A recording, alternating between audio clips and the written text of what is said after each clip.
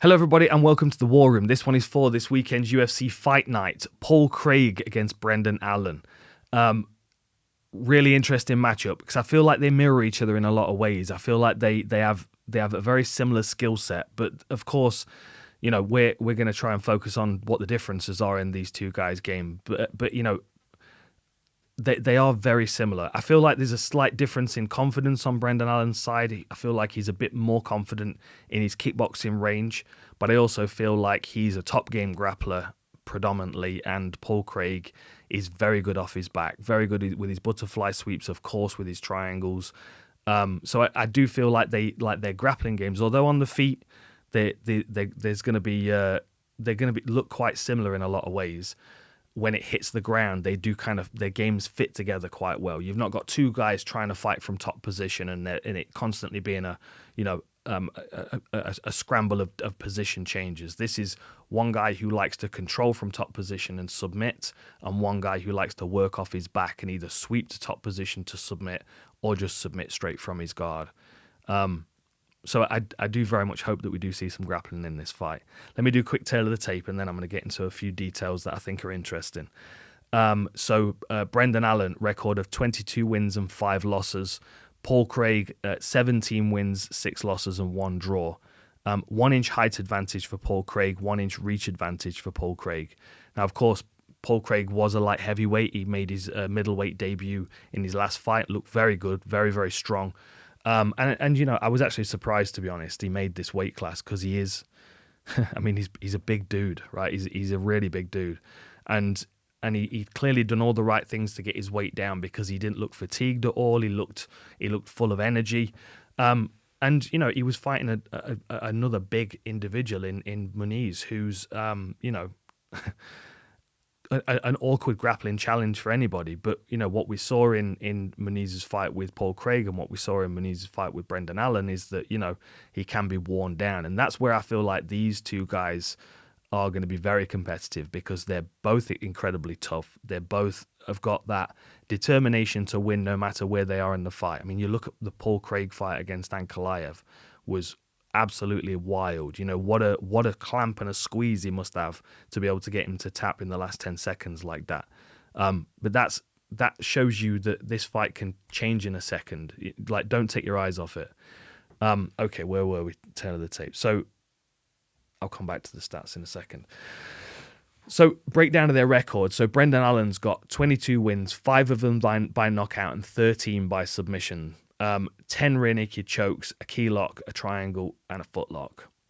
Straight ankle lock, which is quite rare to see. Lovely. That was Carl Robertson. Paul Craig, 17 wins on his record, 4 by knockout, 13 by submission, the same. But his submissions are the opposite way around. So, like I said, 10 submissions by Brendan Allen, a rear naked choke. Either flattens somebody out, takes their back as they turn, or is able to expose their back in a scramble and get behind them and sink the rear naked choke in. Paul Craig, 8 wins by triangle, which is a difficult submission to get. But what you tend to find is you tend to find certain people, like, they specialize in this submission. Like, there was another guy called Paul Sass who used to fight in the UFC from up in the north of England, and he was a fantastic triangle expert. It's, you know, to the point where people called it the Sass angle. It was like a different little version that he had. And for whatever reason, there are some people that have just got this ability that, of course, it's drilling, it's time, but this ability to know the right time to just bite onto somebody with their legs. And this is what Paul Craig's very good at. Although of course he is very physical upper body as well, a lot of his work comes from his legs. You know, even if he's in a defensive position on the ground, he's great using his butterfly hooks to elevate and to move people. And that's, of course, going to be accentuated now he's moved down to the middleweight division, where he's not dealing with guys like Johnny Walker, who are humongous guys. You know, like, Paul Craig's a big dude, but like, some of the guys in the light heavyweight division did make him look small. So in this division, even if he is off his back, he's going to be able to move people much easier. And from that position, when he is scrambling with his butterfly hooks and forcing people to reestablish, this is also where he's able to put feet on hips and start stuffing wrists to start throwing triangles up. And we know how fast he is at that. this is what makes this very interesting, because I feel like Brendan Allen, even if he gets the takedown, I'm giving Brendan Allen a slight advantage in the kickboxing range, but not necessarily because of his kicks, more because of his punches. So for me, it's quite even on the outside with kicks. I feel like Paul Craig can generate a lot more power with his kicks, and I feel like now his confidence is on the rise with his striking. We're going to see more of his striking. But I do feel like his kicking is the core part of his striking arsenal right now. And I feel like if he does land on Brendan Allen, then he's going to really, really hurt him. But I also feel like Brendan Allen can be competitive in the kicking range, but he has the confidence to then step into punching range and kind of stay in punching range and trade. That's where Paul Craig, to me, looks like he either wants to close distance and grab or get out of the way and go back to kicking range. So if Brendan Allen can kind of squeeze him into the right spot but hold him there and defend the kicks, then there's definitely a possibility that he can use boxing to pressure. And I do feel like he has an advantage there. I do feel also like he potentially has an advantage when it comes to body locks. He's very good at getting a hold of people on the midsection and manipulating their base and tripping them and reaping them.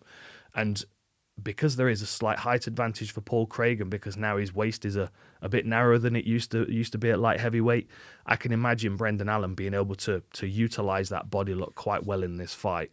But then, of course, if Brendan Allen takes Paul Craig down and he lands on his back, he's going to start recovering guard. He's going to be trying to find half guard or butterfly hooks so he can start manipulating his opponent's base and try and sweep to top position or set up a triangle.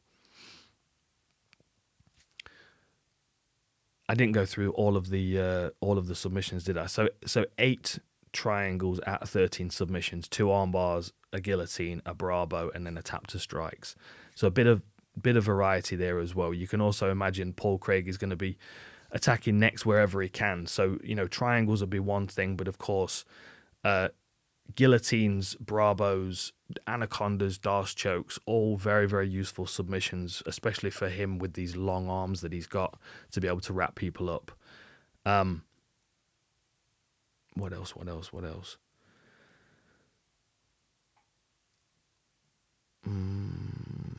think I've kind of mentioned all of that stuff.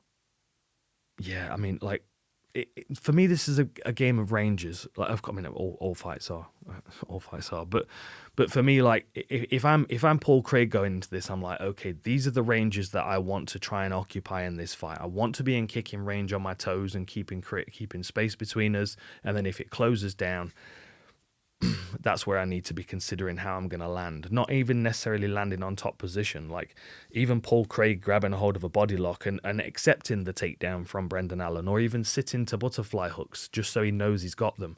None of that would surprise me, but that's because of his confidence in his ground game. I do wonder if Brendan Allen wants to go, okay, let me see how my top game works against your bottom game, or if he decides he wants to try and keep this in a kickboxing range. Like I said, a slight advantage, I would say, for Brendan Allen with his hands, only based on what I've seen from Paul Craig up until his last fight. But I do feel like Paul has got the power in his kicks to do the damage. And this is Southpaw v Orthodox. That was one thing that also stood out to me. Brendan Allen has fought a lot of Southpaw fighters. It's. I mean, if I think back through my career, I would say. Yeah, see, this has got Paul Craig listed as Orthodox, but he does spend a lot of time Southpaw. Anyway, it seems to be very unusual how many Southpaws he's fought. He's had 13 fights in the UFC, and 7 of them have been Southpaw. And he seems to be very confident against Southpaws as well, partly because it opens up his kicks, but it will do the same thing for Paul Craig. So I do feel like there'll be a good kicking trade at the start of this fight. The advantages for me here are going to be Brendan Allen in boxing range, maintaining that. Potentially Brendan Allen with his body lock takedowns, but Paul Craig with his ability to create chaos on the floor and find submissions in the chaos. I think it's a very evenly matched fight, this, and I'm excited to see what Paul Craig looks like if he's pushed in areas of the game where he is already very comfortable, and I think Brendan Allen can do that. Yeah, I'm excited for this one. It should be a fascinating one. All right, enjoy the fights, and I'll see you next time.